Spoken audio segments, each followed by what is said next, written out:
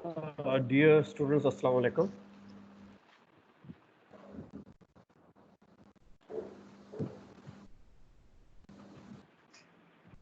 बच्चों, आपका मेरी आवाज़ आ रही है? अस्सलाम वालेकुम सर। वालेकुम सलाम बेटा जी। अस्सलाम वालेकुम सर। अच्छा जी, डियर स्टूडेंट्स, इस दुआ के साथ इस आज के लेक्चर का सर आपकी आवाज बहुत हल्की आ रही है। अच्छा जी, उम्मीद है अब थोड़ी आप जरा म्यूट फॉर्म में जाएंगे, आपको बेहतर आएगी। मैं कह रहा था कि इस दुआ के साथ आज के लेक्चर का स्टार्ट करते हैं। अल्लाह ताला हम सब को, हमारी फैमिलीज़ को, प्यारे पाकिस्तान को, इंसानियत को इस मोजी वबा और मर्ज से महफूज रखें। आमीन जी सुनो। अच्छा बच्चों, जब तक मैं आपको अटेंडेंस बना रहा हूँ तो प्लीज़ आपके पास 5 मिनट्स है for the revision of last lecture, और ये फॉर्मेट है, तो प्लीज़ नोटबुक और पेन आपके पास होना चाहिए, और जो आपने नोट डाउन किया है लास्ट लेक्चर के दौरान उसको ज़रा रिवाइज करें। फिर आज का लेक्चर स्टार्ट करते हैं, और इस काम के लिए आपके पास 5 मिनट्स है। Please copy, pen, handouts if possible, नहीं तो सॉफ्ट फॉर्म में अपने सामने रखें।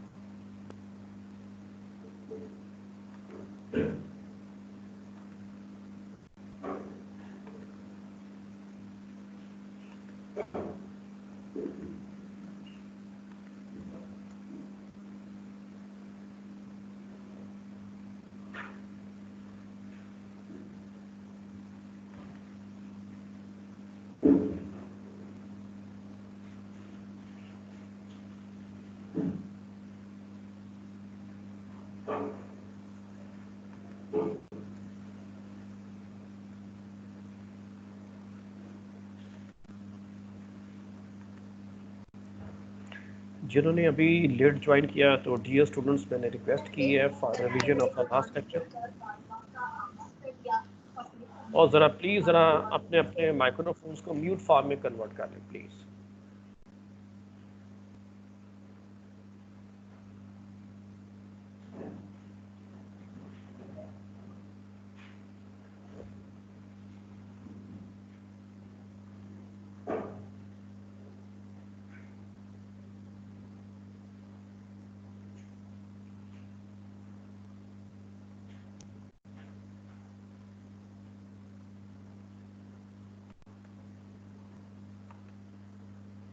अहमद, श्याम और उमर जिन्होंने अभी ज्वाइन किया है, तो बच्चों मैंने रिवीजन का बोला है, तो तमाम लोग प्लीज़ ज़रा रिवाइज करें। मीनवाइल मैं आपको अटेंडेंस बना रहा हूँ।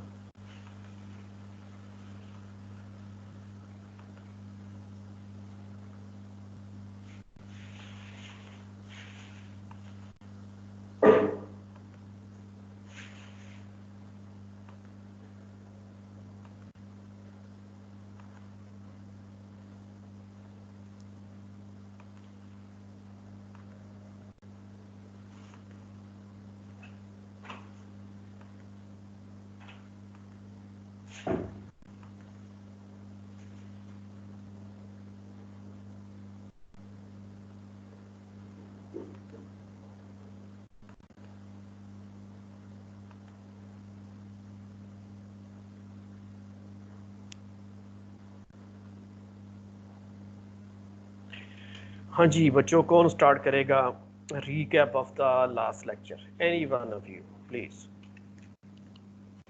हमने पढ़ा था कि फैसिलिटीज़, आप बताएंगे what are the facilities and what are the role of these facilities in a supply chain management. हाँ जी,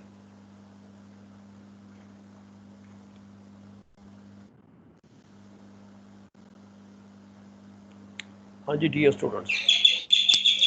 सर फैसिलिटीज में हम लोगों ने बेसिकली 2 चीजें डिस्कस की थी।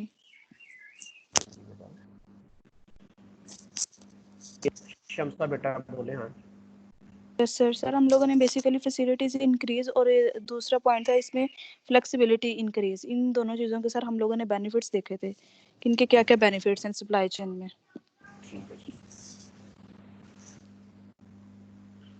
ठीक ठीक है जी, शमसा मारूज के अलावा कोई और वैल्यू एडिशन करना चाहे कि sir we have learned in the last lecture number 1 is this, number 2 is this, number 3। हाँ जी शमसा बेटा आप ऐड करना चाहें वेलकम। सर बेसिकली और इसके अलावा सर हम लोगों ने कंपोनेंट्स ऑफ फैसिलिटीज सर इसके बारे में पढ़ा था सर। डिफरेंट कंपोनेंट्स थे फैसिलिटीज के, जिसमें कैपेबिलिटी थी, फ्लेक्सिबल थी, प्रोडक्ट था और लोकेशन था। इन चीज़ों के बारे में हम लोगों ने पढ़ा था। ठीक है सर आपकी आवाज नहीं आ रही मुझे सर। लेक्चर स्टार्ट हो गए? हाँ जी बेटा जी, अमार साहब लेक्चर स्टार्ट हो चुका है और समटाइम्स अगर क्योंकि मेरा आज के दिन बेटा बैक टू बैक लेक्चर्स होते हैं, तो समटाइम्स हो सकता है कि आप वाली साइड से कुछ नेट के इशू भी हो सकते हैं, ठीक है। और क्योंकि लास्ट लेक्चर क्योंकि मेरा पास ये रिकॉर्डिंग भी कर लेता हूँ कि जी सर। अगर किसी अच्छा सर, मैंने आपसे बोला था कि जो क्विज आपने दिया था हमारा, उसका जो सोल्यूशन है आपने वो अपलोड कर दिया? क्योंकि मैं देख रहा था, मुझे इसमें कहीं नजर नहीं आया। ठीक है बेटा, मैं सबको बताता हूँ। अभी मेरे पास एक रीजनेबल स्ट्रेंथ आ गई, तो आफ्टर 5 to 10 मिनट्स के बाद में सारी ये चीज़ें ना जो आपने मुझे अभी दिया रिमाइंडर में आप लोगों को बताता हूँ, ठीक है। एक दफ़ा सारी मैक्सिमम स्ट्रेंथ हो जाए, फिर आप लोगों के साथ में सारे चीज़ें शेयर करते हैं। ये सॉफ्टवेयर काम कैसे करते हैं, बड़ा इंटरेस्टिंग है, बड़ा हैंडी है टीचर्स के लिए भी। और बताता हूँ कि कैसे ये क्विज़ चेक करता है, ठीक है जी। असाइनमेंट्स के बारे में आपको बताता हूँ। सर दूसरा सर, मैंने सोचा हुआ था आज सर आपसे बात ये करनी है कि जो सप्लाई चेन है सर वो बहुत बोरिंग लग रही है पढ़ने में। सर ऐसा करें कि हमारा इंटरेस्ट बिल्ड हो ताकि हम इसको इंटरेस्ट के साथ पढ़ें। ठीक है बेटा, मैंने आपका पॉइंट नोट कर लिया। मैं अभी अपना माइक्रोफोन का थोड़ा म्यूट फॉर्म में करें बताता हूँ।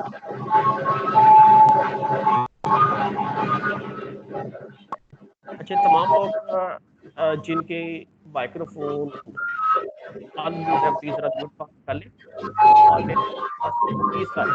अब प्लीज बेटा।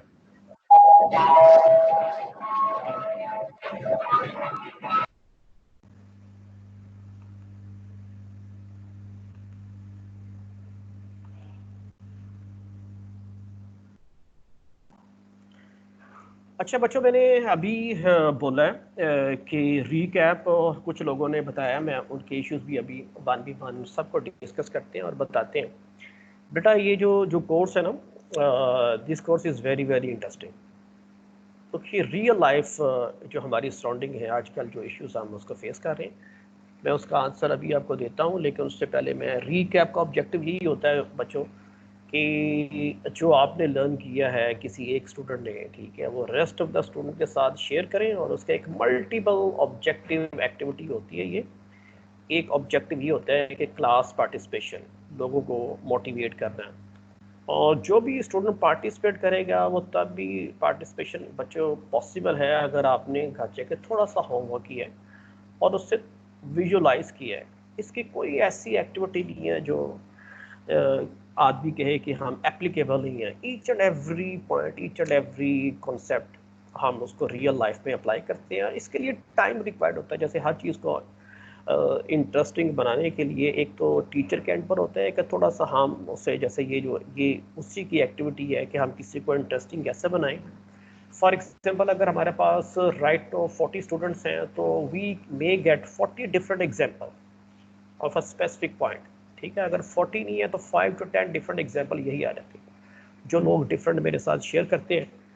तो अभी शमसा ने एक्सप्लेन किया, कोई और स्टूडेंट रिवाइज उसको रिकैप ले, रिवाइज करें लास्ट लेक्चर को, फिर हम इसे बात करते रहते हैं साथ साथ। हाँ जी, एनी अदर जो पार्टिसिपेट करना चाहे कि सर लास्ट लेक्चर में ये मेरी लर्निंग है।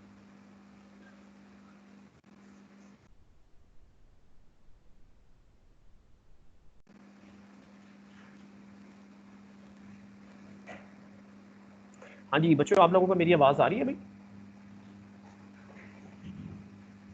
यस सर, आ रही है। यस सर, आ रही है। शमसा की लगता है मेरी आवाज़।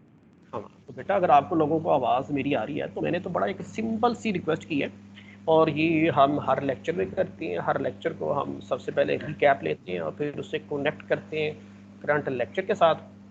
तो फैसिलिटीज़ को पहले हमने डिफाइन किया। चलो मैं आपसे क्वेश्चन आंसर करता हूँ। सबसे पहले हमने डिफाइन किया था सर इसमें ये है कि लाइक ये जैसे हम ये जैसे पढ़े रेशियो एनालिसिस वगैरह जी, हमने ये उसमें भी पढ़ा था, बिजनेस फाइनेंस में भी पढ़ा था, ठीक है सर। ये चीज़ समझ नहीं आ रही कि उसमें रेशियो एनालिसिस का भी जो कॉन्सेप्ट है वो यही है कि प्रॉफिटेबिलिटी को ज़्यादा करना है ऑफ शेयर होल्डर्स। तो इस सप्लाई चेन में सप्लाई चेन का काम है कि वो रेशियोज को डिस्कस करे। मतलब इससे थोड़ा कंफ्यूज हो रहा था ये कॉन्सेप्ट के वो ये तो प्रीवियस कॉन्सेप्ट हैं, तो हम सप्लाई चेन में अगेन ये कॉन्सेप्ट्स पढ़ रहे हैं, तो यहाँ पे क्या पर्पस है पढ़ने का? और मतलब ये कंफ्यूजन क्रिएट हो रही थी इस चीज़ की। अच्छा जी, मैं अमार साहब ने जो पॉइंट रेज किया ना, सपोज बच्चों मैं उसकी आंसर इस तरह करता हूँ कि एक आदमी, शायद मैंने पहले भी, कि एक आदमी क्लेम कर देता है कि I am the richest person of the Pakistan. मैंने पहले भी एग्जांपल कोट की है, तो उसको मैं अभी को रिलेट करता हूँ ये सप्लाई चेन जो हमने फाइनेंशियल मेजर्स या मैट्रिक्स हम जो की है ना, इससे पहले देखिए इसका नाम क्या है, सप्लाई चेन ड्राइवर्स और मैट्रिक्स है। तो एंड ऑफ अ डे हम बिजनेस को अगर हम देखना चाहते हैं, बिजनेस ग्रो कर रहा है, बिजनेस आपका प्रॉफिटेबल है, तो उसके लिए कोई ना कोई बैरोमीटर्स होते हैं ना, कोई मेजर होते हैं जिसकी बेसिस पर अगर आप क्लेम करते हैं कि सर मेरी जो हाइट है वो 6 फीट है, तो आप कैसे जस्टिफाई करेंगे? लेट्स से अगर आप कह सकते हैं कि मैं पाकिस्तान का सबसे अमीर तरीन आदमी, तो हम कह सकते हैं पहली बात है, बड़ी अच्छी बात है जी, मेरा स्टूडेंट पाकिस्तान का रिचेस्ट पर्सन है। तो आप जस्टिफाई कैसे करेंगे? आप कहते हैं सर ये देखिए ये मेरी बैंक स्टेटमेंट है, ये तो बैंक स्टेटमेंट ये इंडिकेटर है कि I am the richest person of the Pakistan. हम कहते हैं ठीक है जी, बड़ी अच्छी बात है। और फिर बंदा पूछता है कि यार आपने ये दुनिया का या पाकिस्तान का आप कैसे बने? सबसे पहले जो सक्सेस को मेजर कैसे करते हैं बिजनेस के अंदर, वो आपकी बिजनेस परफॉर्मेंस है। वो सप्लाई चेन की परफॉर्मेंस हो बच्चों, वो समथिंग एल्स की परफॉर्मेंस हो, एंड ऑफ अ डे हमने उससे मेजर करना है। सपोज एक स्टूडेंट कहते हैं कि sir I am the intelligent student of the class, तो पहले तो मैं उसको अप्रिशिएट करूँगा, और मेरी भी कोशिश ये as a father as a teacher हमारे तमाम बच्चे इंटेलिजेंट हों और हार्ड वर्कर हों। तो हम कहते हैं बेटा सर आप प्रूफ तो करो भाई। वो कह रहा है सर ये जो मेरे मार्क्स हैं, ये परफॉर्मेंस है, ये क्विज़ की देखें तो मेरे मार्क्स हैं 9 आउट ऑफ 10। इसी तरह असाइनमेंट्स की बात करता है या टर्म एग्जाम की बात करता है, तो हम कोई फिगर शो करते हैं। जो भी हम क्लेम करते हैं उसको जस्टिफाई करने के लिए we have to give some figure, जिसे हम प्रूव कहते हैं, डेटा देना पड़ता है। अब मैं सप्लाई चेन की बात करूँ, सप्लाई चेन चैप्टर 1 से लेकर चैप्टर नंबर 3 तक आ गए, और हमने फैसिलिटीज़ की बात की है। तो मैंने देखा फैसिलिटीज़ जब भी हम कहते हैं फिजिकल लोकेशन है लास्ट लेक्चर में, तो भाई ये बिजनेस के अंदर फिजिकल लोकेशन करती क्या है? तो हमने लास्ट लेक्चर का अपना 3 रोल है, या तो ये फैब्रिकेशन करेगी यानी प्रोड्यूस करेगी किसी चीज़ को, या ये असम्बल करेगी, चीज़ों को जोड़ेगी, या ये स्टोर करेगी। ठीक है, अब जितनी भी बिजनेस बिल्डिंग्स हैं तो वो एट अ टाइम एक जॉब कर रही होती हैं या मल्टीपल टास्क कर रही हैं। तो कोई ऐसी मुझे बताएं कि रियल लाइफ में सर ये फैसिलिटी है और ये इसका रोल क्या है? तो जब मैंने 3 रोल डिफाइन किए, ये लिटरेचर ने डिफाइन किए, तो वो एक तो फैब्रिकेशन है नंबर 1, दूसरा क्या है वो एज ए असेंबल पॉइंट इस्तेमाल हो सकता है, थर्ड हम उससे चीज़ों को स्टोर कर सकते हैं। तो आप किसी रिटेलर की बात करें तो रिटेलर भी यही काम कर रहा होता है। हर फैसिलिटी का एक बेसिक रोल और पर्पस होता है बेटा जी। इस कॉन्टेक्स्ट में अब जो हमने मैट्रिक्स को इसलिए किया कि हमने सबसे पहले दिए कि बिजनेस के एंड ऑफ अ डे हमने सरप्लस इंक्रीज करना, तो सरप्लस को मेजर करने के लिए हमारे पास कोई फार्मूला होना चाहिए। हमने कॉस्ट को रिड्यूस करना, तो कॉस्ट को रिड्यूस करने के लिए हमारे पास कोई फार्मूला होना चाहिए। ये जो चैप्टर हमने स्टार्ट किया ना, जिससे हम कहते हैं ये फाइनेंशियल मेजर्स है बेटा, इसी की बेसिस पर हम सप्लाई चेन की परफॉर्मेंस मेजर करते हैं। आपने कंप्लेन किया, जैसे मैं वॉलमार्ट की बात करता हूँ या 7-Eleven की बात कर रहा हूँ, एक लॉन्ग लिस्ट है।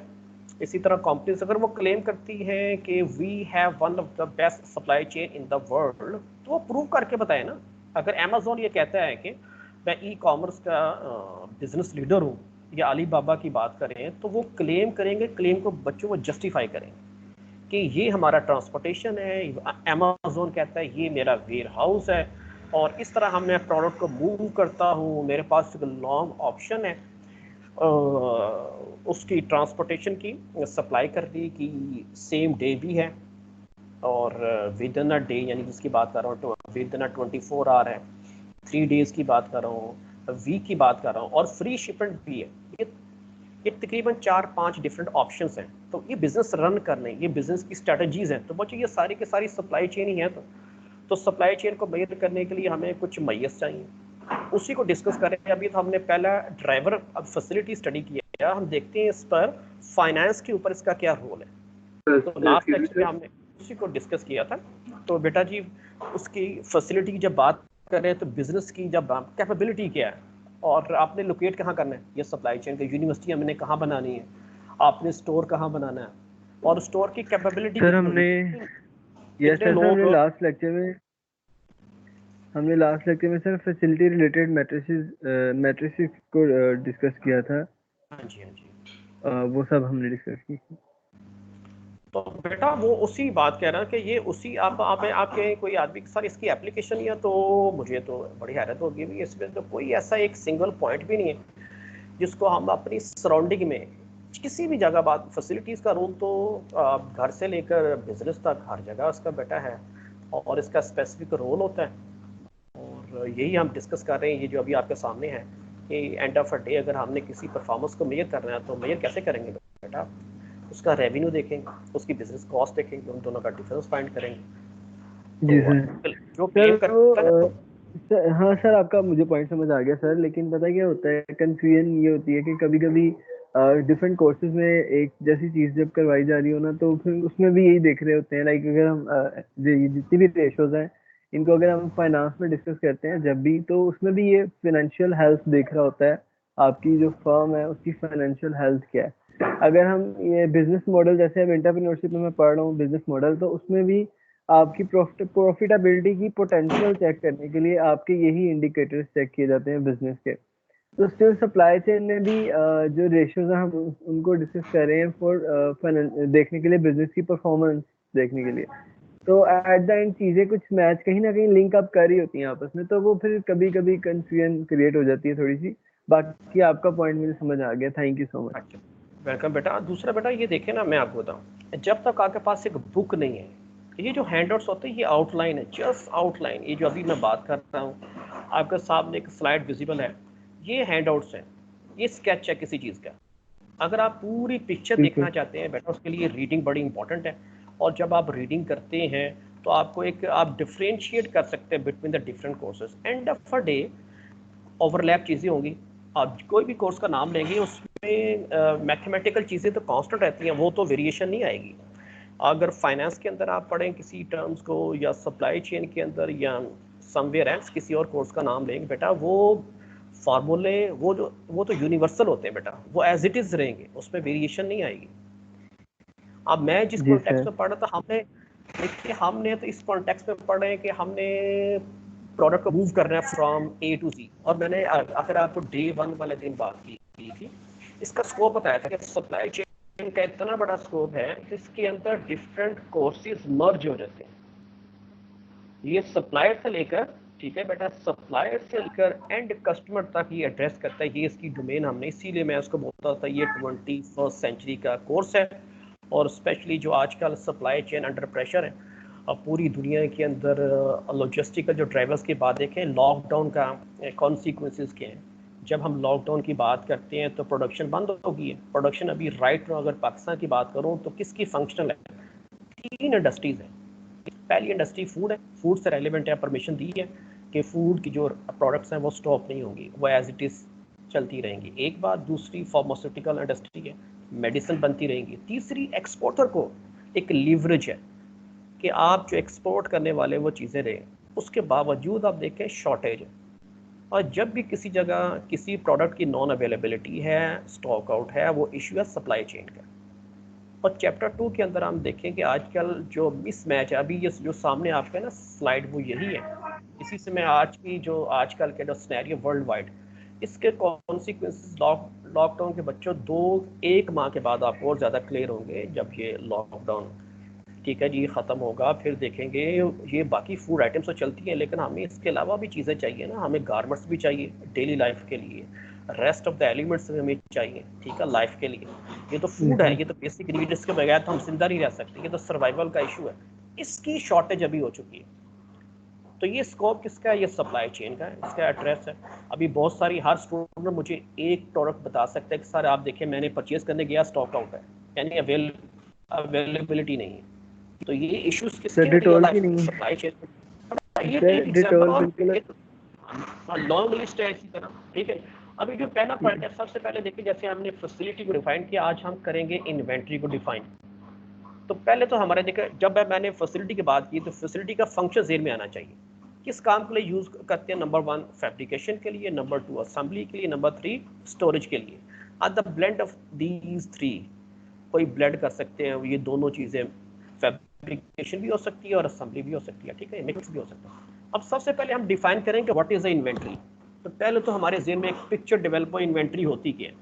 सप्लाई चेन की बच्चों एक सिंगल एलिमेंट्री है जिसकी विजिबिलिटी हम आपको जहन में पिक्चर ना डेवलप होगी। जब मैं अभी इन्वेंट्री को डिफाइन करूँ, ये आप करेंगे, फौरन आपके जहन में एक पिक्चर डेवलप होगी। तो देखते हैं सबसे पहले कौन डिफाइन करता है कि what is the inventory. Inventory है क्या?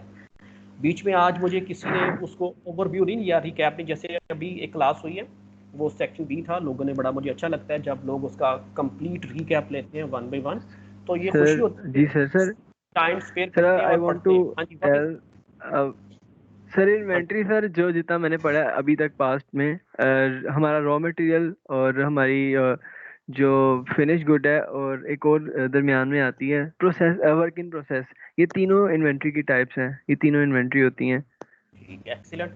ये जी अमार ने एक्सप्लेन किया और इसमें कोई ऐड करना चाहे? हाँ जी, कि what is the inventory, inventory है क्या। फिर हम इसके देखेंगे how can we develop a trade-off between inventory and the rest of the logistical drivers and cross-function drivers की बात करें। हाँ जी, अमार का जो आंसर है, हाँ जी, इसके अलावा कोई ऐड करना चाहें?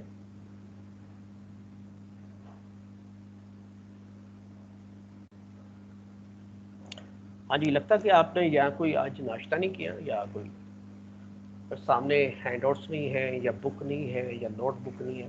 सर एक और प्रॉब्लम आ रहा है सर जो different.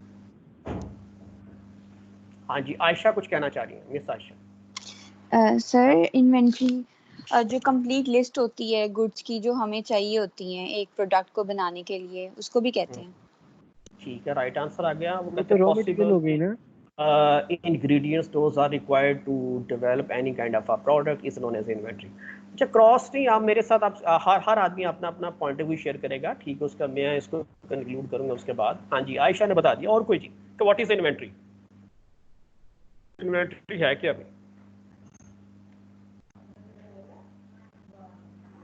Sir, the products that are stored। हाँ जी, उसके बाद मेरे पास कौन साहब हैं? अहमद फरहान साहब, बोले जी। अहमद फरहान क्या? The products that are stored, जैसे किसी वेयर हाउस में स्टोर हुए में प्रोडक्ट्स, तो वो इन्वेंट्री है। ठीक है जी, ये अहमद फरहान साहब थे। और कुछ शेयर करना चाहे फिर आगे मूव करते हैं।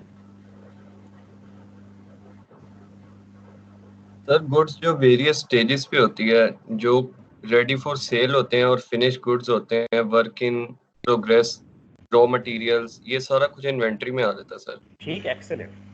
तो बच्चे अब हम कंक्लूड करते हैं इस डिस्कशन को जो आपने मेरे साथ शेयर किया। सबसे पहले हमारे ने राइट एक्सप्लेन किया था कि there are generally different kind of inventories. First kind is known as a raw material and second is known as a work in process and third one is known as a finished goods. So generally, there are three kind of inventories. First one है raw material। अब raw material की बात है, ज़हन में picture develop होगी। आपने घर में फूड बना रहे हैं तो उसके पॉसिबल जो इंग्रेडिएंट्स हैं वो रॉ मटेरियल है। फिर वर्क इन प्रोसेस, किसी असेंबली के अंदर जो प्रोसेस है वो भी इन्वेंट्री आपके पास है। फिर उसके बाद फिनिश गुड्स, वो भी इन्वेंट्री है। So generally there are 3 different kind of inventories. अब पिक्चर डेवलप हो गई है जी इन्वेंट्री, अब हम इसे डिस्कस करने जा रहे हैं। तो पहला पॉइंट क्या है? There should be exact match between demand and supply. और अभी मिस मैच है, अब बहुत सारी आइटम्स का ये सप्लाई चेन के इश्यूज हैं और फ्यूचर के अंदर मिस मैच रहेगा। इस पूरे साल का भी हो सकता है और कमिंग फ्यू मंथ तक भी ये जा ज़्यादा जो प्रेडिक्ट कर रहे हैं वो up to year 2020 supply chain management under pressure रहेगी, क्योंकि it could be a very difficult to supply those items, those are exact need of the market. एक तो ये बात है। उसके बाद एक्सप्लॉइट इकोनॉमी ऑफ स्केल, हम ये चाहते हैं हमेशा कि to develop economy of scale ये कैसे चीज़ें की जा सकती है। We have large number of amount of kind of variety of inventory, तो उसकी बेसिस पर हम इकोनॉमी ऑफ स्केल करते हैं। जैसे वॉलमार्ट की एग्जांपल करते हैं बच्चों, वॉलमार्ट क्या करता है, बल्क के अंदर परचेज करता है। तो जब आप बल्क के अंदर परचेज करेंगे, क्योंकि उसकी बिजनेस स्ट्रेटजी क्या है, वो कॉस्ट लीडरशिप है, डिस्काउंट रेट ऑफर करता है। जब उसकी ये स्ट्रेटजी है तो तभी पॉसिबल है कि if someone purchase, someone have a large amount of inventory, तो वो बल्क के अंदर परचेज करता है। उसकी जो लॉन्ग टर्म उसके एग्रीमेंट होते हैं, वॉलमार्ट की एग्जांपल दे रहा हूँ, इसी तरह बाकी के अंदर बेशुमार आप एग्जांपल कोड कर सकते हैं जिनकी स्ट्रेटजी लो कॉस्ट है। वो इकोनॉमी ऑफ स्केल उनके लिए बड़ी इंपॉर्टेंट है। उसके लिए ये इकोनॉमी ऑफ स्केल क्यों करते हैं, हम प्रोडक्शन कॉस्ट को रिड्यूस करने के लिए, पर यूनिट कॉस्ट ये है। और उसके बाद इन्वेंट्री की मदद से हम प्रोडक्ट अवेलेबिलिटी, जो आजकल इशू है, अभी अमार ने बात की है, कोई और बात करते हैं, एक सिंगल प्रोडक्ट कहते हैं डिटॉल अवेलेबल नहीं है। अब डिटॉल वालों को नहीं पता था ना एक माह पहले कि पूरा पाकिस्तान डिटॉल खरीदना शुरू हो जाएगा। वो तो उनकी कैपेबिलिटी थी, अभी आपने फैसिलिटी की पड़ी, उनकी कैपेसिटी थी। तो अपनी according to capacity, according to capability, according to flexibility they are supply Dettol.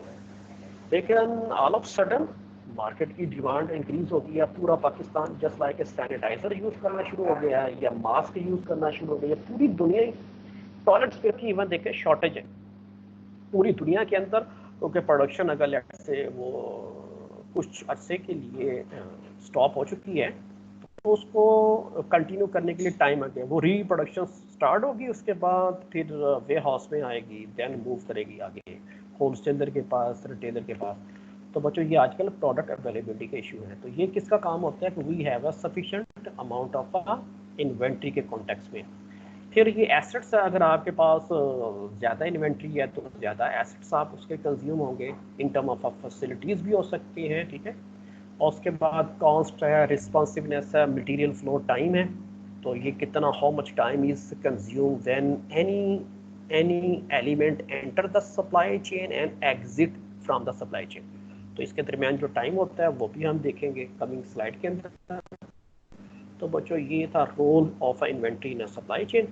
अब once again how can we manage trade off, तो ये बड़ा इंपॉर्टेंट है। मीनवाइल मैं आपकी अटेंडेंस मार्क कर रहा हूँ उतनी देर, ये आप स्लाइड देखें, ठीक है जी।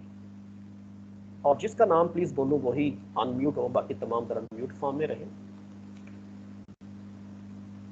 सबसे पहले मेरे पास जो नाम है रबी मसूद है, रबी साहब प्रेजेंट सर।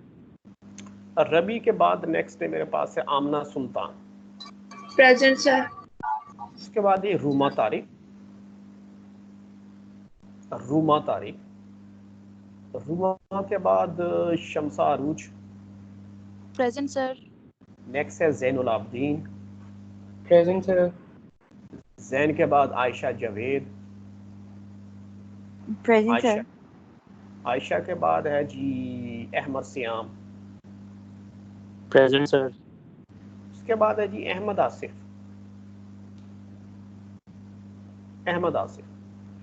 अहमद आसिफ के बाद नेक्स्ट मेरे पास अंसा अरशद है, अंसा के बाद नेक्स्ट है मेरे पास है, ठीक है बेटा अंसा, मैंने आपकी प्रेजेंट मार्क कर दिया, डोंट वरी। नेक्स्ट टाइम सुभान अहमद, सुभान साहब, सुभान के बाद है जी अरीबा शफीक, प्रेजेंट सर। अरीबा के बाद मोहम्मद फैजान फैसल है, यस सर।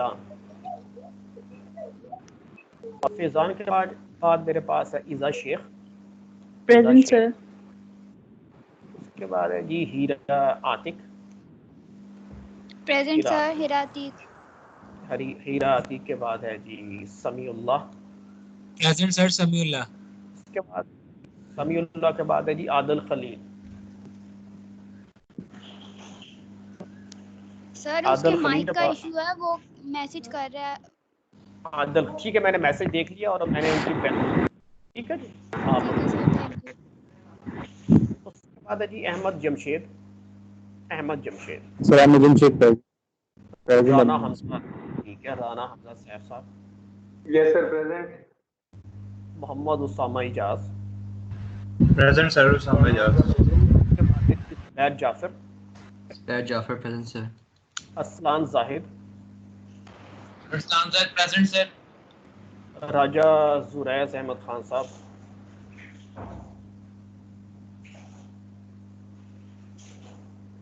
अच्छा जी, खान साहब के बाद अतर हफीज। अतर हफीज। अतर हफीज के बाद नेक्स्ट है मेरे पास हायदा जावेद। हायदा जावेद। हायदा के बाद नेक्स्ट है मेरे पास है जहांजेब खान। जहांजेब खान। जहांजेब खान के बाद है फैसल शफीक। फैसल शफीक। फैसल के बाद है जी हुसाम। हुसाम मेमन साहब। नेक्स्ट है जी उमैर अली। मोहम्मद नासिर जावेद। नासिर जावेद। उसके बाद ही ज़ईम मुनव्वर। हेलो सर ज़ईम ने चैट में लिखा है उसका इंटरनेट कह रहा है बार बार डिस्कनेक्ट हो रहा है। किसकी बात हो रही है? ज़ईम की? चलो जी सर। ज़ईम को, ठीक है जी। ज़ईम के बाद है जी तैयब। तैयब के बाद मेरे पास नेक्स्ट नेम है शहरियार जावेद चौधरी साहब। चौधरी सर साहब के शहरियार बाद जावेद चौधरी प्रेजेंट सर। ठीक बेटा, मैंने लगा दिया, प्रेजेंट मार्क कर दी है। उसके बाद है जी एहसन अली या एहसान Ali.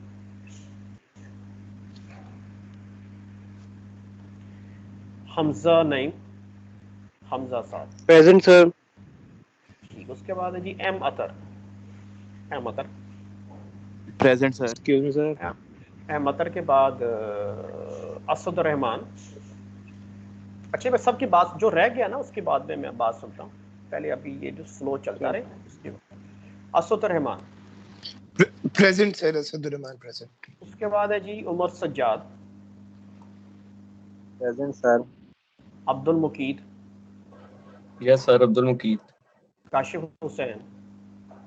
Yes sir Kashif Hussain present. ठीक है जी। उसके बाद फारूक जमील है। Present sir Farooq.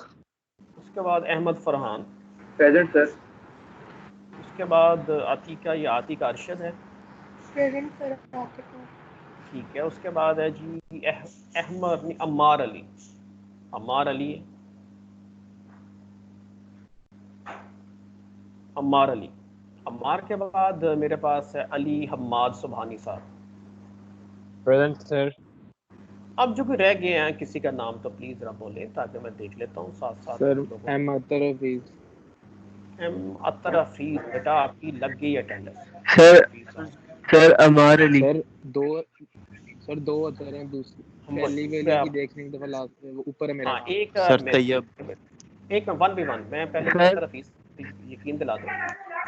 एक मिनट है। ओके, ये जो अतर हफीज है ना, दोनों मेरे पास है। एम अतर हफीज बेटा आपकी प्रेजेंट लगी, दोनों अतर की प्रेजेंट है। नेक्स्ट मेरे तैयब। पास ठीक है sir Tayyab. Excuse me sir. Tayyab की मैंने प्रेजेंट मार्क कर दी है। आप तैयब साहब टेंशन लेस हो जाइए। नेक्स्ट है एक्सक्यूज जी। मी सर। हाँ जी बेटा जी। सर अमार अली की प्रेजेंट लगा दें क्योंकि मेरा ना नेटवर्क का इशू था तो मेरी कॉल डिस्कनेक्ट हो गई थी जो आप बेटा अटेंडेंस ले रहे थे। ठीक है बेटा, मैं अमैर अली को मैंने प्रेजेंट कर दिया जी। डन हो। सर नो नेक्स्ट अमार अली नहीं सर अमार अली। सर शहरियार जावेद सर मेरी लगा दी मैं है। अमार, हाँ जी। किसकी बात कर रहे हैं? उमैर की या अमार? नहीं सर अमार की अमार सर अमार अली। ठीक है सर उमैर मैं अली भी लगा दे। सर और उमैर L1 सर अली। भाई L7 thank you so much यार। तो डबल 7 आता है सर। ठीक है बेटा जी। अमार अली की भी लग गई है बेटा। सर मैं ठीक है सर मैंने आपसे इतनी क्वेश्चनिंग की है सर, मैं तो ऑनलाइन ही था लेकिन मेरी आवाज नहीं थी आ रही क्योंकि मेरी नेटवर्क का इशू था तो आप नहीं लगा देते सर। बेटा वो तो जो लगा दिया ना यार सर ने। अब तो टेंशन भाई अब आपको ये लग गई है तो आप क्यों बार बार परेशान हो रहे हैं प्यारे बेटे? पीछे पड़ हाँ जी। गई उसके भाई बाद बस क्यों। हाँ जी, उसके बाद जी next sir Juraiz. Sir Shahryar Javed sir.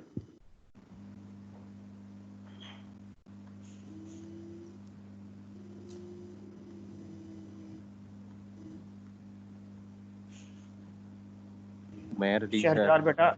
Shahryar बेटा आपकी अटेंडेंस लग गई और बाकी जितने भी राइट हो अगर किसी जाएंगे बेटा। अच्छा बच्चों, जिससे अभी मैंने डियर स्टूडेंट आपसे बोला था कि जब तक मैं अटेंडेंस मार्क कर रहा हूं तो आप इस स्लाइड को देखें, आप एक्सप्लेन करें। तो पहला पॉइंट हमारे पास क्या है जी? हाँ जी सर, ये जो स्लाइड नंबर 32 है इसका लास्ट पॉइंट दोबारा से बता देंगे, जो रोल्स इन सप्लाई चेन में जो इफेक्ट्स एसिड्स कॉस्ट वाला जो है बड़ा, ये जो पहले देखें ना, इन्वेंट्री का जो इफेक्ट है वो एसेट पर है, इन्वेंट्री का जो इफेक्ट है वो कॉस्ट पर भी है और उसके साथ साथ रिस्पॉन्सिवनेस पर भी है। अगर लेट से आप इसे वेरी करते हैं, अगर आप इन्वेंट्री को इंक्रीज करते हैं you may be more responsive, अगर आप इससे कम करते हैं लेस रिस्पॉन्सिव। ठीक है, जो मटेरियल फ्लो है अगर आप इससे इंक्रीज या डिक्रीज करते हैं तो इन पर इसके अफेक्ट्स आते हैं जी, ये उस कॉन्टेक्स्ट में। अच्छा जी, अभी इस पॉइंट की तरफ आते हैं जो भी मैंने अटेंडेंस के दौरान आपसे बोला था कि ये स्लाइड नंबर 33 को प्लीज़ आराम से देखें और एक्सप्लेन करें। कौन करेगा जी? आपके पास 5 to 10 मिनट्स इसमें लगे हमारे, ऑलमोस्ट 5 मिनट्स अटेंडेंस के लिए। फर्स्ट पॉइंट क्या है? जितनी ज़्यादा सर फर्स्ट पॉइंट में ये है कि जितनी ज़्यादा इन्वेंट्री हम बढ़ाएंगे तो हमारी जो सप्लाई चेन है वो उतनी ज़्यादा ही रिस्पॉन्सिव होती रहेगी। एक्सीलेंट, ये जो उसी का आंसर भी आएगा जो अभी एक स्टूडेंट पूछ रहा है कि सर लास्ट की बात है, you if we increase the inventory level we would be more responsive. Right answer है जी। और सेकंड वन हमारे पास क्या है? सर सेकंड वन में इन्होंने ये बोला होगा कि इन्वेंट्री और गुड्स इन स्टॉक अगर ये हम लोगों के पास होंगे तो इन द फ्यूचर जो है हम लोग एक तो ट्रांसपोर्टेशन कॉस्ट इसकी कम कर सकते हैं। ठीक है, और हम we can also achieve economy of scale. ठीक है, improve the economy of scale. Yes sir, also. ठीक है जी। और inventory holding sir cost increase if we have a more sir inventory. ये सर अगर ज्यादा देर इन्वेंट्री को होल्ड करेंगे तो कॉस्ट इंक्रीज होती जाएंगी। एक्सीलेंट, ये असर ने बात की अभी कुछ अभी ये है उसके कमिंग स्लाइड के अंदर भी इसके आंसर हैं। बच्चा ये मटेरियल फ्लो टाइम है, पहले इसे ध्यान से सुनना है कि what does mean material flow time. होता क्या है? The time when any object enter the supply chain and when any same item exit the supply chain. So the difference between these two activity is known as a flow time of a specific element or item, कि वो supply chain के अंदर enter कब हो रहा है और वो ऑब्जेक्ट सप्लाई चेन से एग्जिट कब कर रहा है। तो ये जो time in between these two activities है that is known as a flow time. ये फ्लो टाइम हमारे पास है। उसके बाद थ्रूपुट है कि the rate at which sales occur, daily basis पर जो आपकी जो सेल है उसको बोलेंगे हम थ्रूपुट। तो बच्चों यहाँ पर इस स्लाइड के अंदर एक करेक्शन रिक्वायर्ड है, तो तमाम लोग ज़रा वो करेक्शन कर लें। इस स्लाइड की बात करो, मैंने ये एज इट इज़ रहने दी। तो करेक्शन बच्चों क्या कर दिया? सबसे पहले जो आई के सामने लिखा हुआ ना, आई के सामने जो लिखा हुआ है वो आपने करना I for inventory, not a flow time. ये फ्लो टाइम नहीं है, ये इस स्लाइड की मिस्टेक है, आपने करेक्शन कर दी है। आई के सामने एडिट कर सकते हैं मेरे ख्याल से इसमें। हाँ जी, एडिट कर सकते हैं आप, मेरे ख्याल से ऑप्शन होती है शायद उसकी।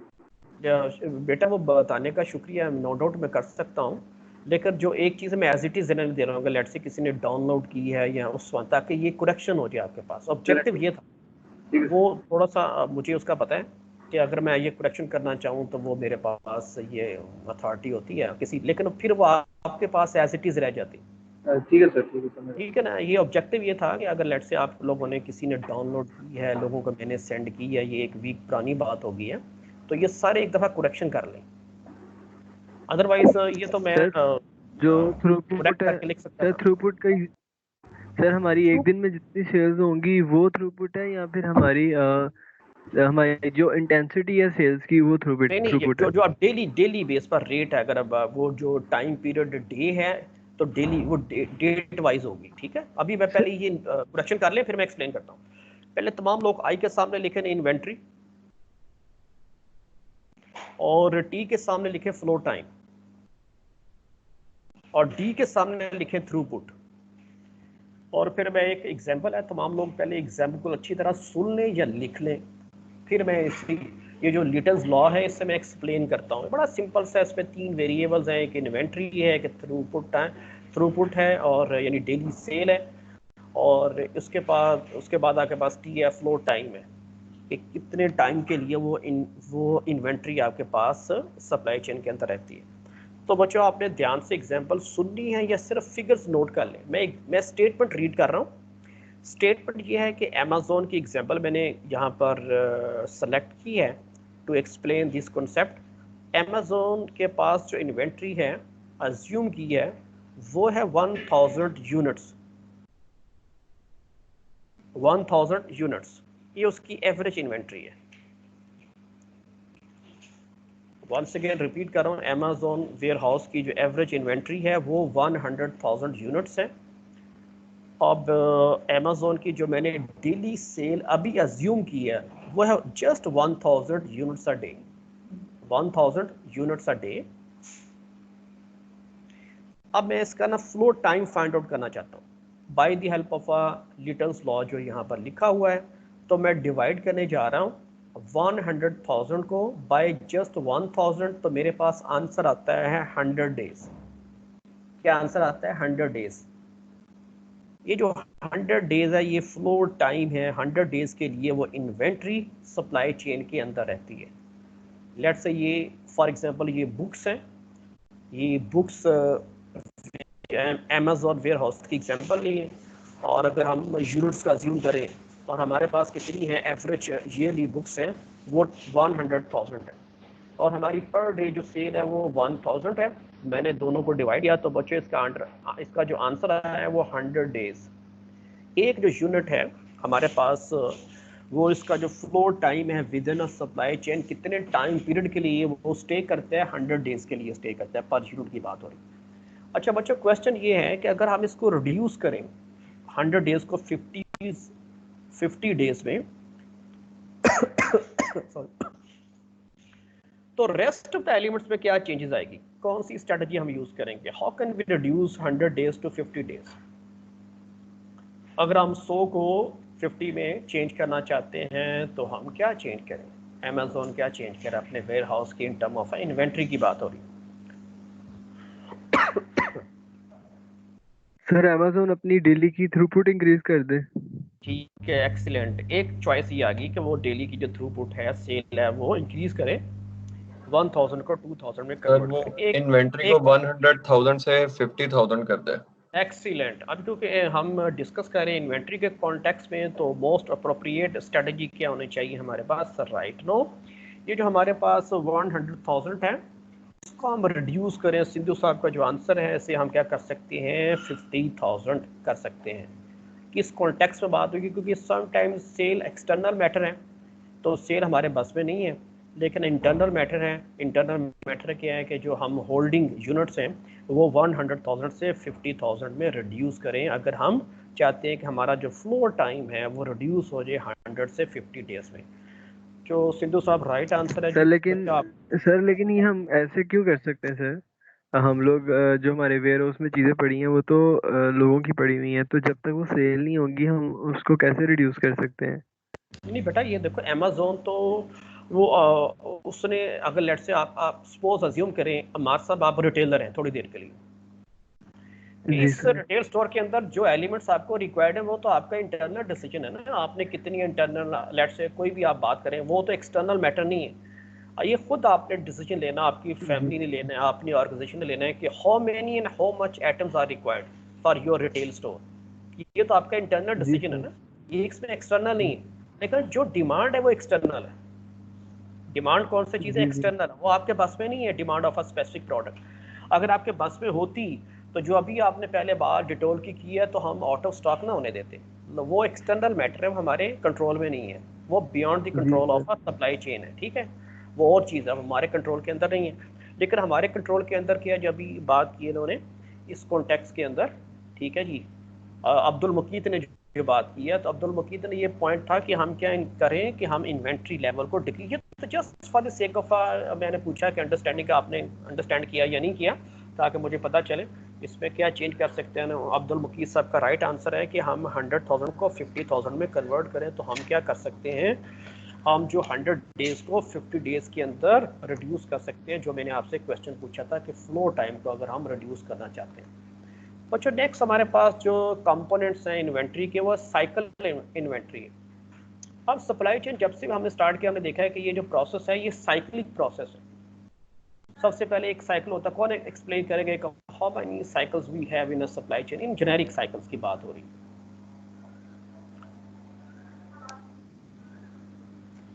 तो बच्चों यहाँ थोड़ी देर के लिए 5 मिनट्स के लिए हम अजान का ब्रेक करते हैं और मीनवाइल आप मुझे वो फ्लोज बताने हैं, possible flows in a supply chain.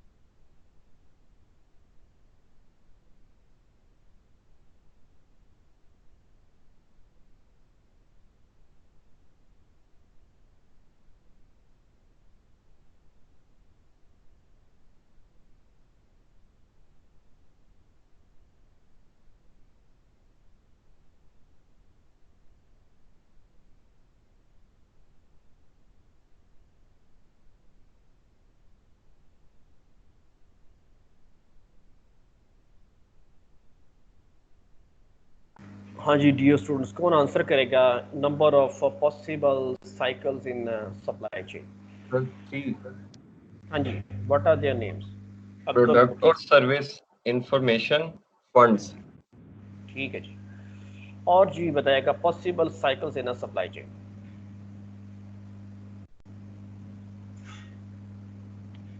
तो बेटा अगर हम थोड़ा सा टाइम स्पेयर नहीं करेंगे डेली बेस, जब भी आपका लेक्चर एटलीस्ट उस दिन लाजमी रिवाइज करें।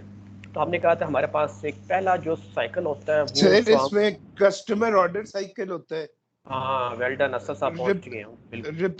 रिप्लेनिशमेंट साइकिल होता है सर। ठीक है, वेल डन। सर एक और होता है, वो याद नहीं आ रहा। एक होता है जी मैन्युफैक्चरर साइकिल आपके पास है। सबसे पहले आपके पास कस्टमर ऑर्डर साइकिल है, interface between the customer and the retailer. और उसके बाद जो इंटरफेस होता है बिटवीन रिटेलर एंड होलसेलर, इसका नाम अभी असद ने बताया रिप्लेनिशमेंट साइकिल है। और जो इंटरफेस होता है बिटवीन होलसेलर एंड प्रोड्यूसर और मैन्युफैक्चरर, उससे हम कहते हैं ये मैन्युफैक्चरिंग साइकिल है। और उसके बाद जो इंटरफेस होता है वो कनेक्शन होता है बिटवीन प्रोड्यूसर एंड सप्लायर, ठीक है जी, वो हमारे पास लास्ट साइकिल होता है। ठीक है जी, वो उसको हम बोलते हैं सप्लायर। ये हमारे पास ऑर्डर साइकिल है। ये हमारे पास डिफरेंट साइकिल होते हैं क्योंकि सप्लाई चेन के अंदर, बिजनेस के अंदर activities in the form of a cycle होती है। दूसरा मैं एग्जांपल कोट करता हूँ, इसलिए मैं कहता हूँ नोटबुक जरा सामने रखें। सपोज मैं कहता हूँ कि किसी भी रिटेलर की ये जो एवरेज सेल है पर मंथ वो है 10 ट्रक लोड्स, 10 ट्रक लोड्स, ये उसकी एवरेज सेल है पर मंथ। अब बच्चों वो साइकिल चलाना चाहता है कि ऑर्डर प्लेस करना चाहता है, तो अब बात है कि वो मंथली बेसिस पर वो साइकिल को रन करें, वो फोर्टनाइटली करें, वो वीकली करें, ठीक है जी, वो कब करें। दूसरा मैं इसका मिनिमम जो साइकिल जब उसने स्टार्ट करना है कि number of days in a month 30 होते हैं और उसकी जो डिमांड है वो 10 ट्रक लोड है। अगर मैं नंबर ऑफ डेज 30 को 10 से डिवाइड करूं तो मेरे पास जो आंसर क्या आता है 3 डेज। तो after 3 days that retailer should place an order, should start it's cycle of a demanding a truck. तो एक वक्त में उसने एटलीस्ट 1 ट्रक लोड डिमांड करना है बच्चों, ऑर्डर प्लेस करना है। एक ट्रक से या वो एक ट्रक ऑर्डर प्लेस करेगा या वो 2 का करेगा वो या 3 का करेगा। वो कभी ऐसा नहीं होगा कि 1.5 ट्रक का वो ऑर्डर प्लेस करे या 3.74 का करे। कोई रीजन बताएगा कि इसकी रीजन क्या है भाई? कि वो जब भी ऑर्डर प्लेस करेगा वो कंप्लीट ट्रक का करेगा, इधर 1 का करे, 2 का करे, ठीक है जी, या वीकली बेस पर करे या फोर्टनाइटली, वो फ्रैक्शन ऑफ अ ट्रक नहीं करेगा। कोई इसकी रीजन सर बोलेगा? ट्रांसफर कॉस्ट पड़ती है सर, वो पूरे एक्सीलेंट, ट्रांसपोर्टेशन कॉस्ट है। तो जब भी सप्लाई चेन में अभी हमारा नेक्स्ट जो ड्राइवर आने वाला है वो ट्रांसपोर्टेशन है, तो हमने जब भी ऑर्डर प्लेस करने हैं हमने पूरा ट्रक लोड का करना है। वंस अगेन उस रिटेलर की डिमांड क्या है, मैंने अभी आपके साथ जस्ट एक एग्जांपल कोट की थी, 10 ट्रक लोड है, तो वो after 3 days he should start it's cycle. वो 3 डेज के बाद भी डिमांड कर सकते हैं कि जब भी करना है कंप्लीट होल ट्रक का करेगा, फ्रैक्शन ऑफ ट्रक नहीं करेगा। लेट्स से अगर 1.5 करेगा तो उसकी ट्रांसपोर्टेशन इंक्रीज होगी, तो सप्लाई चेन सरप्लस है वो इसका डिक्रीज होगा। तो ऑब्जेक्टिव यही है स्टडी करने का, किस तरह हम कॉस्ट को रिड्यूस कर सकते हैं, तो उसी वक्त करेंगे जब हम कंप्लीट ट्रक के ऑर्डर प्लेस करेंगे। तो ये था साइकिल।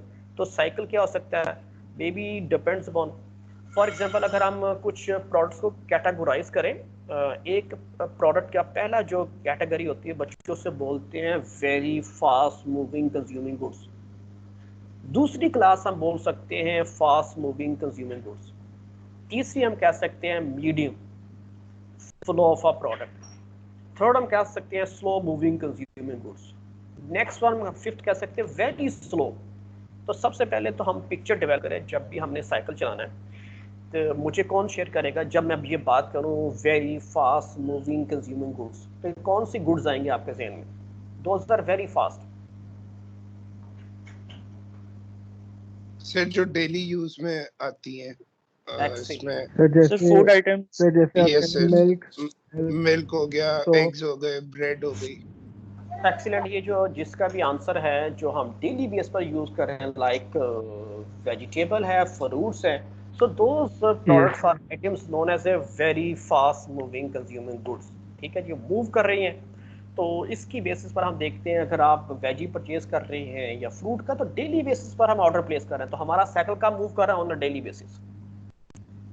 अगर इसी तरह बेकरी आइटम्स है, हम देखते हैं डेली बेसिस पर सप्लाई हो रही होती है, उस केस पे हम कह सकते हैं प्रोडक्ट का जो लाइफ टाइम है, ब्रेड की बात करें वो 3 to 4 डेज होते हैं, इसी तरह बन की बात करें 3 to 4 डेज होता है, और इसी तरह किसी जगह हमने देखा है एग्स के ऊपर भी एक्सपायरी डेट लिखी होती है।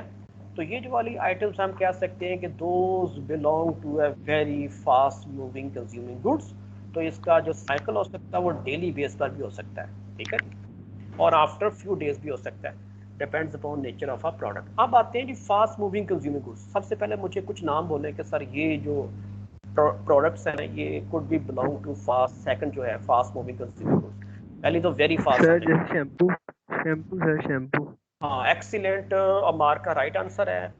जितने भी कमोडिटीज आइटम्स हैं वो शैम्पू हो सकता है, वो कुकिंग ऑयल हो सकता है, ठीक है, सोप हो सकता है।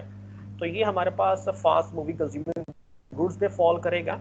आप इसका ऑर्डर का हम कब प्लेस करेंगे, ये सिर्फ बताने का ऑब्जेक्टिव था कि each and every product has different kind of a cycle, उसमें वेरिएशन है कि हाउ मेनी टाइम्स। अब 7-Eleven की बात करें, 7-Eleven जो जापान है वो 3 times अ डे उसकी रिप्लेनिशमेंट होती है, 3 times अ डे, ये उसका साइकिल चल रहा है। जो फूड आइटम्स है, ब्रेकफास्ट की बात करें, उसकी लंच की बात करें, उसकी डिनर की बात करें। अब आता है जो मीडियम फ्लो, वो कौन है? अभी आपने तीसरी थर्ड काइंड, वो कौन शेयर करेगा? सर ये जो है ये मीडियम फ्लो कंज्यूमिंग गुड्स है, इसमें क्या चीज़ें प्रोडक्ट आपके जेहन में फौरन आनी चाहिए सप्लाई चेन के सूट में।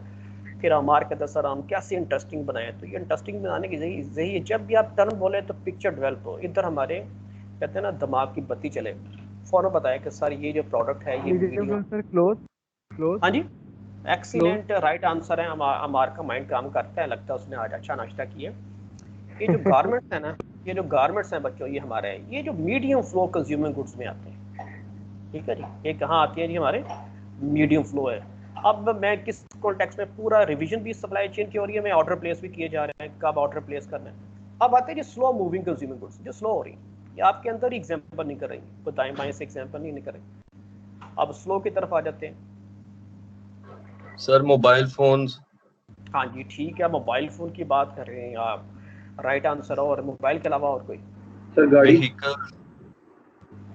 हाँ व्हीकल्स को हम ज़रा वेरी स्लो में ले जाएंगे, अभी स्लो है। स्लो में आपके जो शूज़ हैं ना वो भी एग्जांपल कोट की जा सकती है। जो आप शूज़ यूज़ कर रहे हैं ये वेरी स्लो में फॉल कर सकता है। आप जो व्हीकल्स की बात करें उसको हम कह सकते हैं, ठीक है जी, ये एक तो स्लो आ गया, ये वेरी स्लो में आएगा।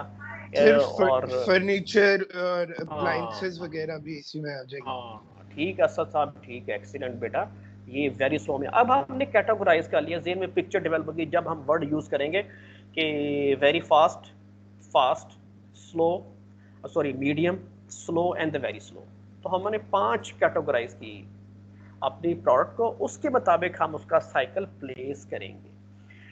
तो बच्चों आप आते हैं जी सेफ्टी इन्वेंट्री। तो सेफ्टी इन्वेंट्री आपके पास क्या होती है, वो स्टॉक होता है जब हमारे पास डिमांड अनसर्टन हो, उसको मैनेज करने के लिए we use sometimes some components in term of a weight, in term of a number, for the sake to manage uncertain demand। जो हमारे पास आती है वो जो स्टॉक होता है हमारे पास इन्वेंट्री का, that is known as a safety stock हमारे पास है। और आजकल जो सेफ्टी स्टॉक है बच्चों वो भी ख़त्म हो चुका है लोगों के पास। कुछ आइटम्स की बात कर रहा हूँ, तो ये कम से कम होना चाहिए एटलीस्ट ये सेफ्टी स्टॉक, इससे नीचे नहीं आना चाहिए। सपोज जब आपने ऑर्डर प्लेस करना है तो आपने देखना है कि आपके पास होल्डिंग जो इन्वेंट्री है इन हैंड कितनी है, और when we have to start the cycle, ये ऊपर वाले साइकिल से इसके कोरिलेशन है। अजान हो रही है यार हमारे तो इधर हो चुकी है बेटा जी, ठीक है जी, तो उसका हम ब्रेक कर लिया। इस तरह बेटा लाहौर में बेटा अजानें होती रहती हैं यार, हम उसका ऐसा रिस्पेक्ट करते हैं, लेकिन सारी जगह कैसे जाते हैं। उसके बाद ये सीजनल इन्वेंट्री है बच्चों। कुछ ऐसी इन्वेंट्री होती है, एक तो आपने साइकिल की बात की, एक सेफ्टी है, और साइकिल इन्वेंट्री जो हम ऑर्डर प्लेस करते हैं सेफ्टी है कि एटलीस्ट उसके बाद हम we have a no choice, we have to place an order for purchasing specific product. अब है सीजनल, कुछ ऐसी प्रोडक्ट्स होती है जो सीजनल होती है। कोई नाम कोट करेगा कि how many products are seasonal? Sir जैसे एसी वगैरह। हाँ फ्रूट्स, स्वेटर, आइसक्रीम होगी सर। हाँ जी आइसक्रीम है सर फ्रूट्स सीजनल उसके होते हैं सर। हाँ ठीक है वो भी सीजनल है। ड्राई फ्रूट सर, हाँ वो ड्राई फ्रूट है जो भी सीजन के अंदर है, जो ऐसे सर प्रोडक्ट गारमेंट्स भी है। सीजनल है सर। हाँ गारमेंट्स भी हैं, कुछ सीजनल हैं कुछ नॉन सीजनल हैं, दोनों आ जाते हैं, ठीक है, ये दोनों में आ जाती हैं, सीजनल भी है और नॉन सीजनल भी है, दोनों चल जाती है गारमेंट्स के अंदर। कुछ हम देखते हैं कि थ्रू आउट द ईयर हम यूज़ करते हैं, कुछ स्पेसिफिक सीजन में यूज़ करते हैं। राइट आंसर है। जैकेट्स की बात करें तो उसकी ये सीजनल प्रोडक्ट है बच्चों। सीजनल जब भी प्रोड्यूस होती है बिफोर टाइम पीरियड होती है। लेट्स से अगर एसी की बात करें तो एसी के राइट टाइम क्या है, सीजन पीक पर आता है जब समर स्टार्ट होता है, लेकिन बच्चे इसकी प्रोडक्शन स्टार्ट होती है विंटर के अंदर। अगर उसका सीजन है समर तो कब उसकी प्रोडक्शन स्टार्ट होगी, विंटर के अंदर। इसी तरह जैकेट्स की जो प्रोडक्शन है बच्चों इसी तरह वो कब स्टार्ट होती है, वो समर के अंदर स्टार्ट होती है, फिर पूरी दुनिया में उसकी सप्लाई होती है। तो ये सीजनल प्रोडक्ट के साथ ऐसा होता है। उसके बाद बच्चों नेक्स्ट है हमारे पास लेवल ऑफ प्रोडक्ट अवेलेबिलिटी। यही आजकल इशू चल रहे हैं कि हम as a retailer, as a wholesaler, as a producer हम कहते हैं कि हमारी जो प्रोडक्ट है should be available whenever any customer demand it, लेकिन ऐसा आजकल हो नहीं रहा है, ठीक है जी। ये वंस अगेन ये सप्लाई चेन के इशू हैं, जो करंट इशू है उसकी अवेलेबिलिटी को हम कैसे शो करें, तो ये लेवल ऑफ प्रोडक्ट अवेलेबिलिटी। लेकिन अगर हम ज़्यादा परचेज़ करेंगे तो ज़्यादा कॉस्ट आएगी, ठीक है, और अगर हम कम परचेज़ करते हैं तो स्टॉक आउट हो जाते हैं। तो ये वंस अगेन ये ट्रेड ऑफ करना पड़ता है एक्सेस और ये जो प्रोडक्ट की अवेलेबिलिटी। बच्चा आप परचेज करने जाते हैं और आपको प्रोडक्ट अवेलेबल नहीं है, आप सिंसियर कस्टमर हैं, लॉयल कस्टमर हैं, स्पेसिफिक प्रोडक्ट की बात कर रहे हैं, तो फिर आप एक क्या ऑप्शन है, एक ऑप्शन है कि आप वेट करें, ठीक है जी, नेक्स्ट विजिट करें। दूसरा ऑप्शन है कि भी आप छोड़ें उस रिटेलर को, may move to another retailer, ठीक है, हमें तो आज ही चाहिए वो प्रोडक्ट। तो अगर हम मूव करेंगे टू अनदर रिटेलर, तो वंस अगर आप मूव करेंगे, पहले आपने मूव नहीं किया तो आप एक जो कस्टमर है उस ऑर्गेनाइजेशन ने वो ऑलमोस्ट उससे लूज कर दिया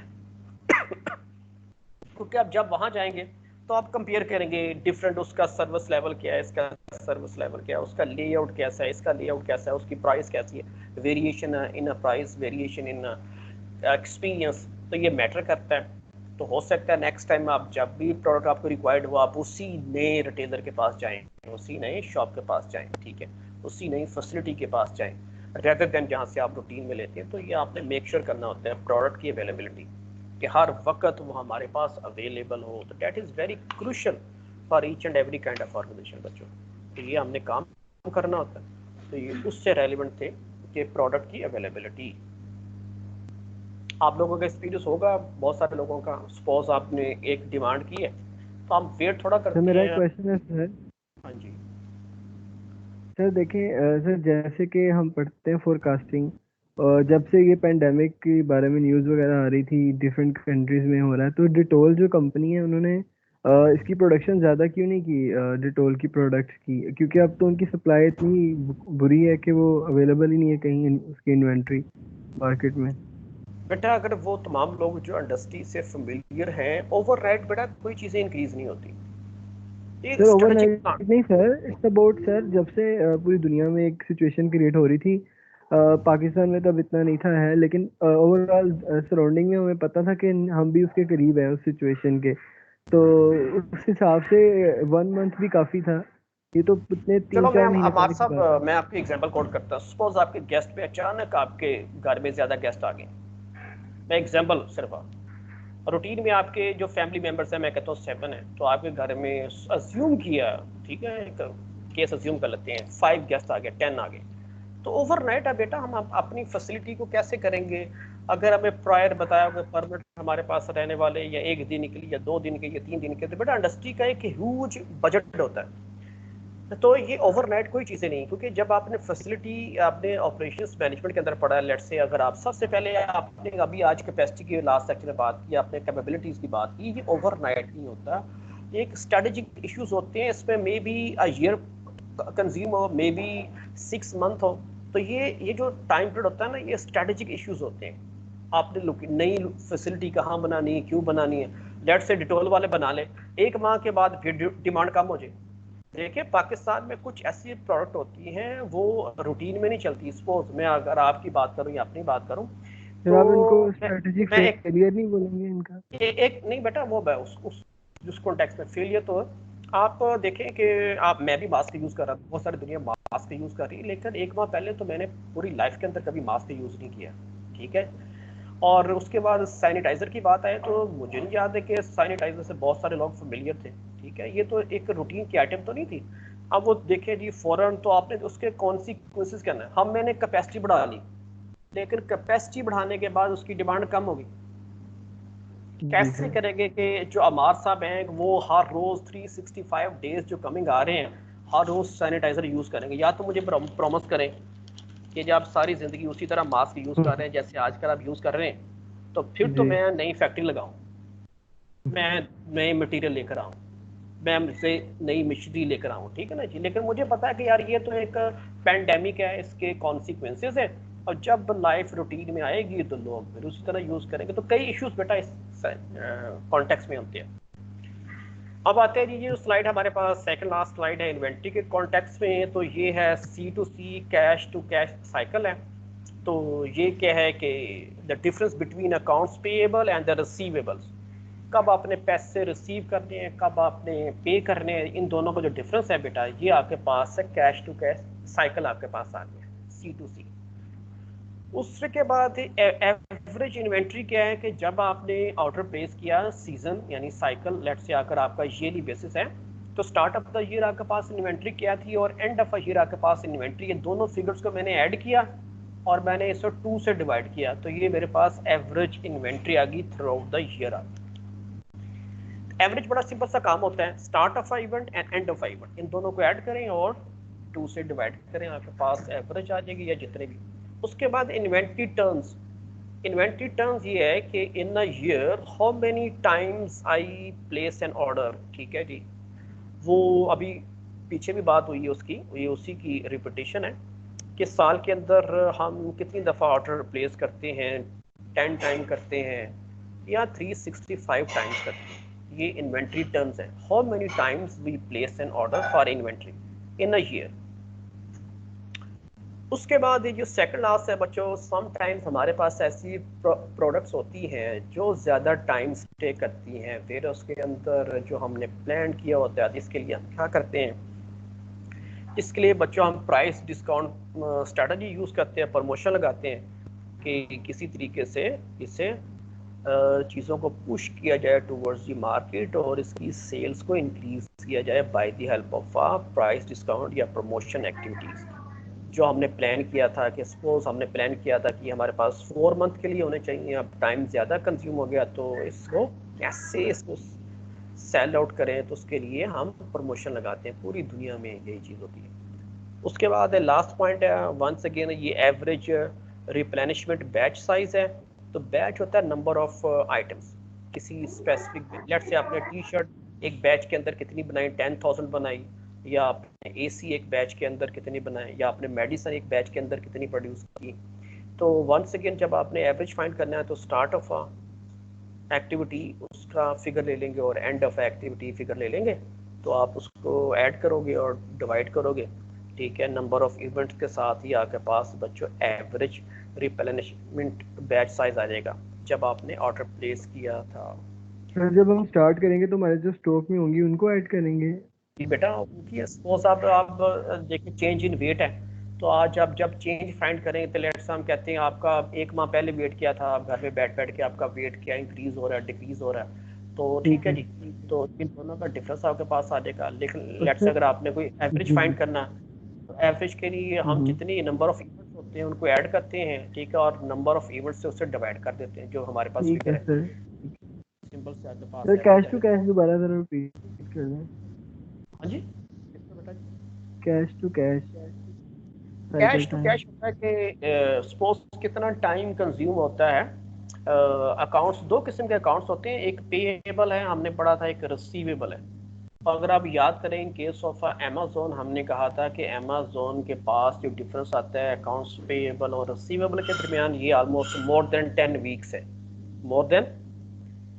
तो ये जो अमेज़न की कितनी अच्छी स्ट्रेटजी है, वो 10 वीक्स तक इसके पैसे यूज़ करता है सप्लायर के। तो सप्लायर के ऑलमोस्ट 10 वीक्स तक वो पैसे यूज़ कर रहा है। ये डिफरेंस है between accounts payable and accounts receivable के दरमियान। और इन अदर वर्ड्स हम कह सकते हैं कि अमेज़न सप्लायर के पैसों से ही बिजनेस कर रहा है सम एक्सटेंट। और बच्चों पाकिस्तान के अंदर भी ऐसा ही चल रहा है, और शालमी जो मार्केट है उस पर जो बिज़नेस चल रहा है वो क्रेडिट पर होता है। आप उनको कोई प्रोडक्ट सेल आउट करना चाहते हैं तो वो आपको टाइम देते हैं, साइकिल टाइम भी कितने रीविजिट होगा, तो जितनी सेल आउट होगी वो हम उसका आपको पैसे दे देंगे, ठीक है। ये डिफरेंट सिनेरियो होता है, variation from market to market. अच्छा, यहाँ पर आते हैं, ये भी वही पहले बच्चों ऑलमोस्ट बातें हम कर चुके हैं। एवरेज सेफ्टी इन्वेंट्री क्या है, जब भी average safety inventory through out the years जितनी भी इन्वेंट्री हमारे पास है, स्टार्ट ऑफ हम कह सकते हैं जो भी हमारा साइकिल है, end of cycle time period, इन दोनों को ऐड करेंगे तो एवरेज हमारे पास फाइंड आउट कर लेंगे। उसके बाद जो सीजनल इन्वेंट्री है, जो सीजनल प्रोडक्ट्स हैं, नो डेज हम देखें किस चीज़ का सीजन है उससे रेलिवेंट है, उसका हम रेट देखना चाहते हैं। ये other than cycle, other than safety stock की बात हो रही है। एक तो हमारे पास साइकिल है, हम रूटीन में करते करते, एक हमारे पास सेफ्टी इन्वेंट्री है, वो हमने रखनी है।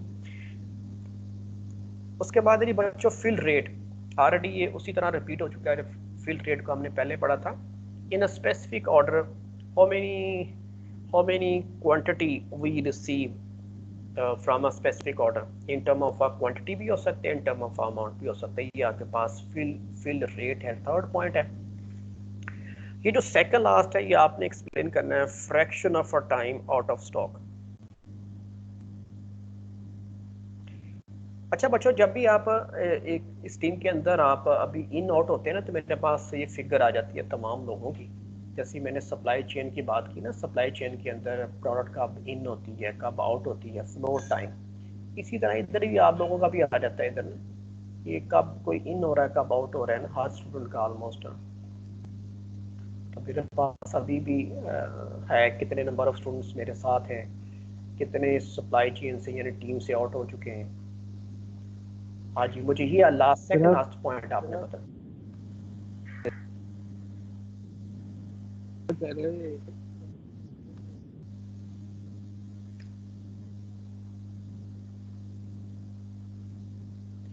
अच्छा, मुझे आदल ने कुछ बहुत सारी मैसेज भी किए हैं, साथ साथ सेंड करते हैं।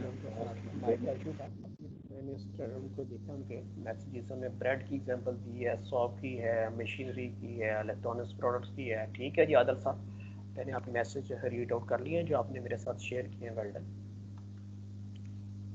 अच्छा जी, अब कोई मुझे सेकंड लास्ट में कौन बताएगा तो what is the second last?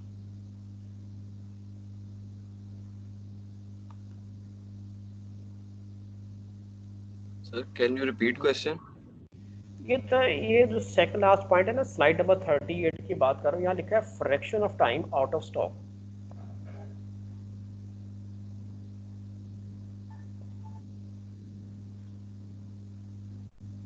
बाकी तो सारी मैंने एक्सप्लेन की। मैं कहा आप भी बोली यार, मैं ही बोलते जा रहा हूँ।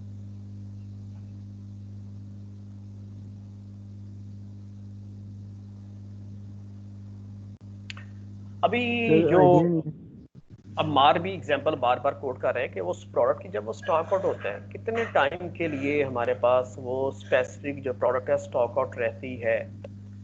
ठीक है, एक तो सीजनल बच्चों प्रोडक्ट्स होती हैं, ठीक है, उनकी अलग बात है। और एक हमारे पास जब जो भी सीजनल प्रोडक्ट्स होती हैं उनके केसेस में ऐसे चांसेस ज़्यादा होते हैं इधर वो सरप्लस हो जाएंगी, ठीक है, या हमारे पास स्टॉक आउट हो जाएंगे। दोनों ऑप्शन है।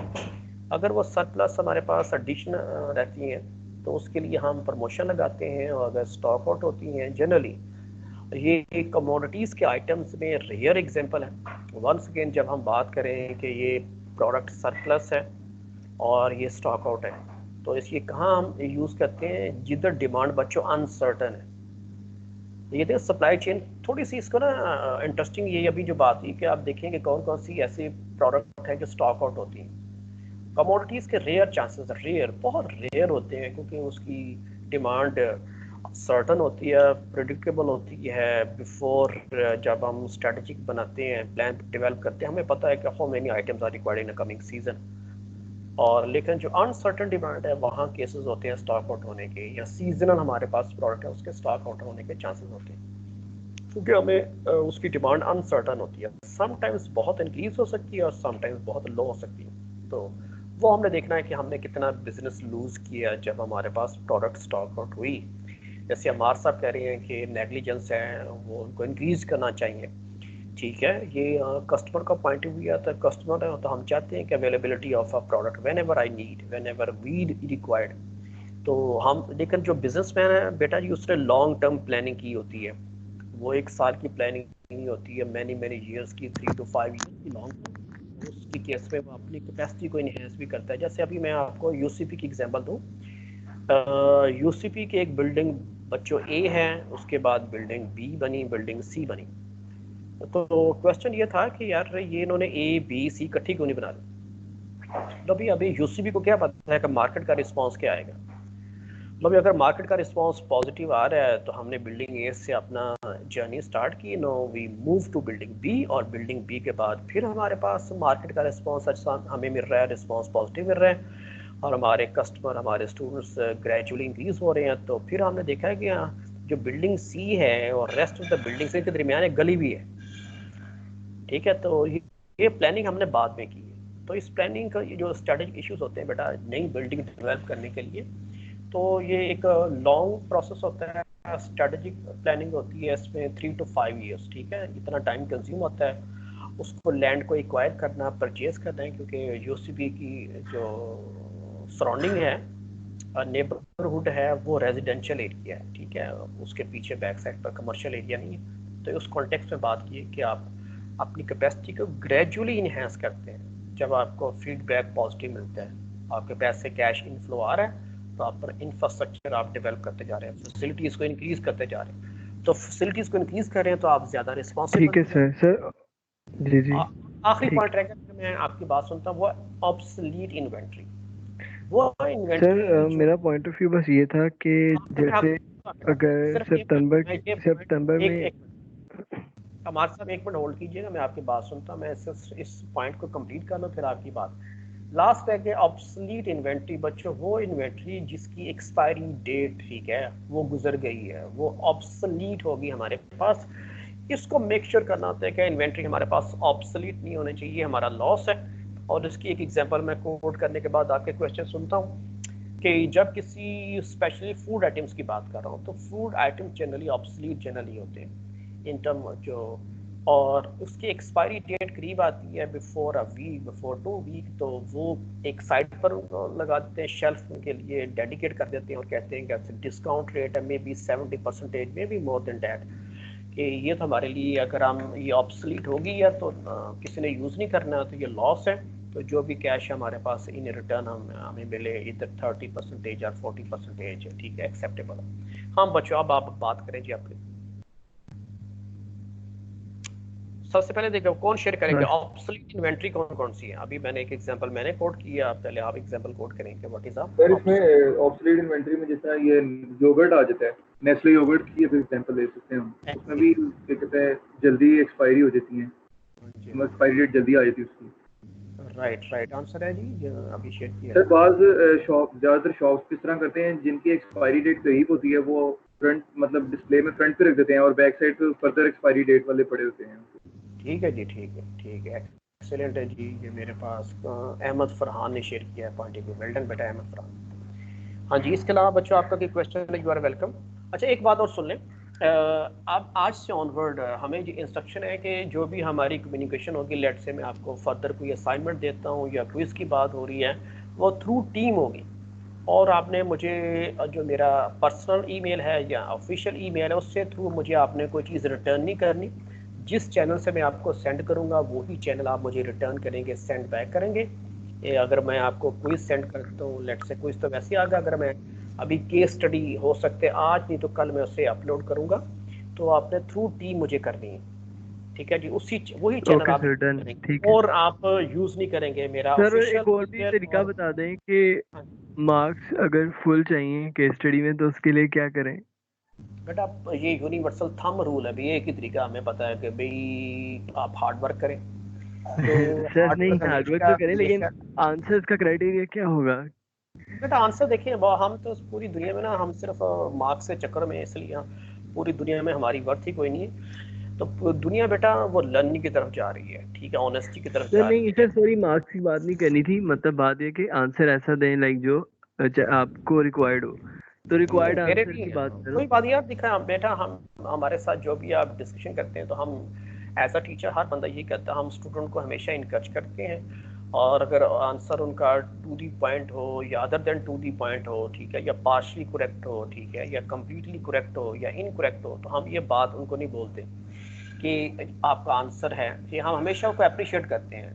अप्रिशिएट करेंगे तो हमारा पार्टिसिपेट करेगा या rest of the students participate करेंगे, ठीक है। अगर हम किसी obviously sir participate two way, आज मैंने इसलिए कि हमारे को देखें ये इसी से लेक्चर इंटरेस्टिंग होते हैं। अगर टू वे कम्युनिकेशन हो, अगर वन वे कम्युनिकेशन हो, सिर्फ मैं ही बोली जा रहा हूँ या टीचर बोली जा रहा है और you are the just good listener, तो वो एक अच्छी कम से कम मेरा जो एनालिसिस है, तो मेरी ड्यूरिंग अगर लेक्चर है जब यूनिवर्सिटीज़ के जब मैं पढ़ाता हूँ तो मेरा टू वे कम्युनिकेशन होनी चाहिए, वन वे नहीं होनी चाहिए। आप पार्टिसिपेट पता चले आप लर्न कर रहे हैं, ठीक है जी। सर ये गुड थिंग है आपके बारे में कि आप इनकरेज करते हैं पार्टिसिपेशन को। मोस्टली जो टीचर है वो स्टार्ट में लेक्चर के कह देते हैं कि कोई इंटरप्ट नहीं करेगा, अगर किसी को कोई क्वेश्चन होगा तो वो लेक्चर के लास्ट में, तो with in the during the lecture कोई बात नहीं करेगा, तो वो फिर बोरिंग हो जाता है, वो टीचर ही बोलता रहता है, तो वो फिर बोरिंग लगता है।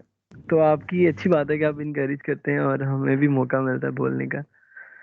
ठीक है बेटा जी, इसका एक नंबर आपको मिल जाएगा जो मेरी आपने अभी तारीफ किया, लेकिन जनरली हर टीचर ही ऐसा कर रहा है बेटा, जो ज़माने चल गए। सर नंबर के लिए तारीफ नहीं की सर, मैं जेन्युइनली बोल रहा हूँ सर। ठीक है, थैंक यू बेटा, मैं आपको अप्रिशिएट करता हूँ। लेकिन अब वो ना दुनिया चेंज होगी बेटा, पूरी दुनिया में चेंज होगी। जब हम बात करें कस्टमर की बात करें, क्लाइंट की बात करें, हर जगह बात करते हैं, तो जब हम वॉइस ऑफ कस्टमर को इनकॉर्पोरेट नहीं करेंगे, ट्रांसलेट नहीं करेंगे विद इन प्रोसेस, तो हम इफेक्टिव और एफिशिएंट क्वालिटी प्रोडक्ट प्रोड्यूस नहीं कर सकते। ठीक है, वॉइस ऑफ कस्टमर होती है, ये वॉइस ऑफ स्टूडेंट है, तो हम उसको सुनते हैं। हमारा ऑब्जेक्टिव क्या है, आपको सेटिस्फाई करना, आपको एक इन नॉलेज इम्पार्ट करना। तो वन वे कम्युनिकेशन थोड़ा, मैं अपने आप को शो ऑफ नहीं कर रहा, मेरी असल जो लर्निंग ये है वो ये है कि आपने क्या लर्न किया एज अ कोच। मैंने अपनी ज़िंदगी में छक्के लगाने से लगा लिए, अब बैट आपके हाथ में, आप छक्के लगाएं और इंजॉय करें लाइफ को। तो मेरा ये होता है कि आपकी लर्निंग क्या है। ठीक है बच्चों, अच्छा जी, अल्लाह हाफिज़। Have a nice okay, Allah Hafiz. Time. और भी यस आपके सर, ज़हन में क्वेश्चन है, वेलकम, आप पूछ सकते हैं, अदरवाइज अल्लाह हाफिज। अल्लाह हाफिज sir, thank you so much. Okay जी, अल्लाह हाफिज।